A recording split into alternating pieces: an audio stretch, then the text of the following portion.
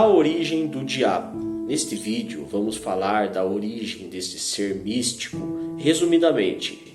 Meu nome é Gleidson, sejam bem-vindos ao canal Cotidiano Filosófico. Se inscreva no canal e deixe seu like para estar nos fortalecendo.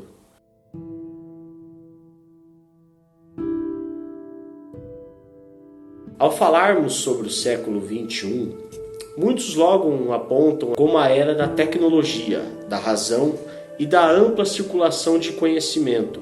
Difícil imaginar que a figura mítica do demônio tem espaço na explicação do mundo ou no próprio imaginário das pessoas. Entretanto, uma recente pesquisa demonstrou o número de exorcistas, os responsáveis pela expulsão de demônios, credenciados pela Igreja Católica, vem crescendo de forma impressionante.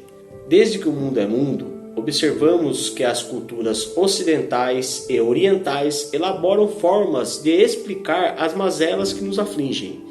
Nesse esforço, a construção de uma figura maligna acaba assumindo os valores morais e comportamentos de menor prestígio de nossa cultura. Nas religiões cristãs, judaica e islâmicas, o mal encarna a figura de um indivíduo que se opõe a Deus e busca atormentar a vida de todos os seguidores de tais religiões. O desenvolvimento da figura diabólica é o fruto de várias dualidades que permeiam o cotidiano do homem. O belo e o feio, a sorte e o azar, o certo e o errado, a vida e a morte compõem jogos em que um lado assume significação positiva e o que o outro necessariamente uma posição completamente negativa. Desta forma, não se engane aqueles que acreditam que o universo demoníaco seja um traço singular só das três religiões citadas. No século VI a.C., o profeta persa Zoroastro realizou a descrição de um ser chamado Ahriman. Segundo as suas palavras, Ahriman era o príncipe das trevas e tratava uma eterna luta contra o Mazda, o príncipe da luz. Segundo historiadores, esse valor da religiosidade persa acabou sendo incorporado pelos hebreus durante o famoso cativeiro babilônico. Naquele instante, a interação com a cultura estrangeira deu origem ao Satã, termo em que a tradução literal significa acusador ou adversário. Em um primeiro momento, o demônio hebraico não assume a postura demoníaca, aterrorizante que reconhecemos hoje no cristianismo. Em várias passagens do Velho Testamento, ele surge como uma espécie de colaborador, que recebe a autoridade divina para punir ou testar os fiéis, seguidores de Javé, o Deus hebraico. O próprio sofrimento de Jó, que perdeu todas as suas terras, sua família e ficou absurdamente doente, exemplifica esse tipo de postura que o demônio assume inicialmente no texto bíblico, ou seja, o Antigo Testamento. Por volta do século II a.C., a figura do demônio aparece em alguns textos apócrifos na tradição religiosa judaica. Os demônios são apresentados como seres malignos, que desorientam os humanos e os levam a cometerem atos deploráveis. No final das contas, o lado mais sombrio do imaginário religioso judaico esteve concentrado em descrições sobre o fim dos tempos. A fama do diabo apareceu mais tarde com o aparecimento da religião cristã.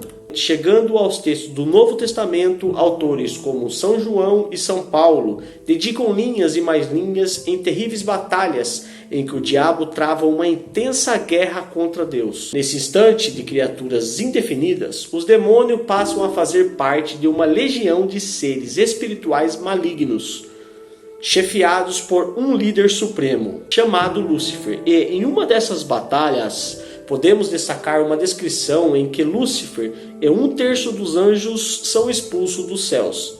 No início do cristianismo, vários cristãos acreditavam que o demônio assumia a feição dos gladiadores e leões que os trucidavam nas arenas romanas daquela época.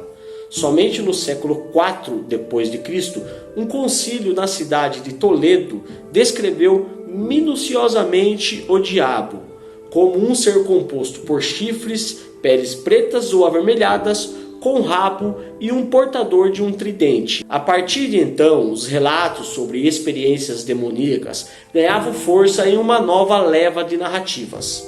Assim, a figura do demônio assumia formas. No ano de 1215, o Concílio de Latrão determinou que o diabo e os demônios eram criaturas criadas por Deus, que, por conta de suas opções particulares, preferiram se desviar da autoridade divina.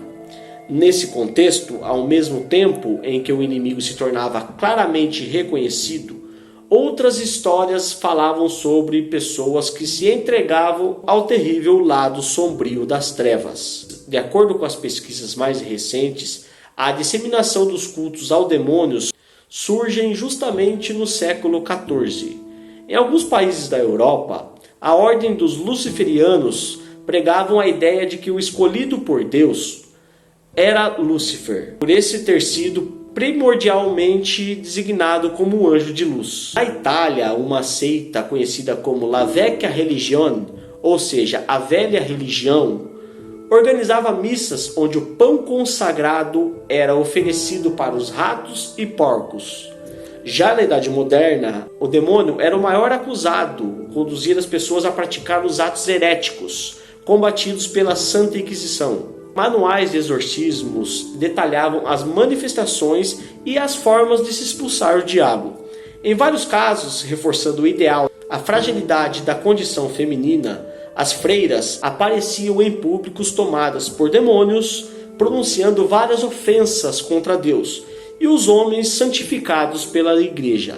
Após o iluminismo, vemos que a preocupação com o demônio ganha uma ênfase menor mediante a disseminação das explicações científicas, principalmente no campo médico.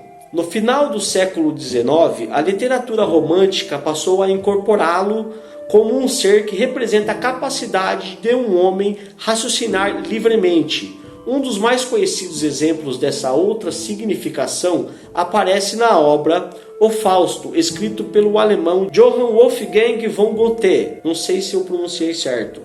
No século passado, a relação entre o demônio e o poder de conquistar padrões acabou sendo explorado na criação de boatos sobre artistas e celebridades mais no campo musical. Em meio à explosão dos meios de comunicação, a demonização de certos conjuntos musicais e artistas se transformaram em caminho certo para a fama. Positiva ou negativa, afinal de contas, nada é mais avesso que o diabo que a própria banalização. Atualmente, a descrença do diabo acaba alimentando um interessante debate entre os pensadores da cultura.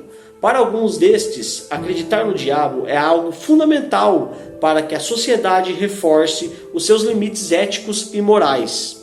Desconstruir uma imagem do mal pode levar as pessoas a simplesmente ignorarem os comportamentos éticos moralmente falando. No fim das contas, acreditar nas forças malignas não deixa de ser uma forma de reforço às qualidades positivas da humanidade. Obrigado por ter assistido até aqui, deixe a sua opinião nos comentários e até o próximo vídeo.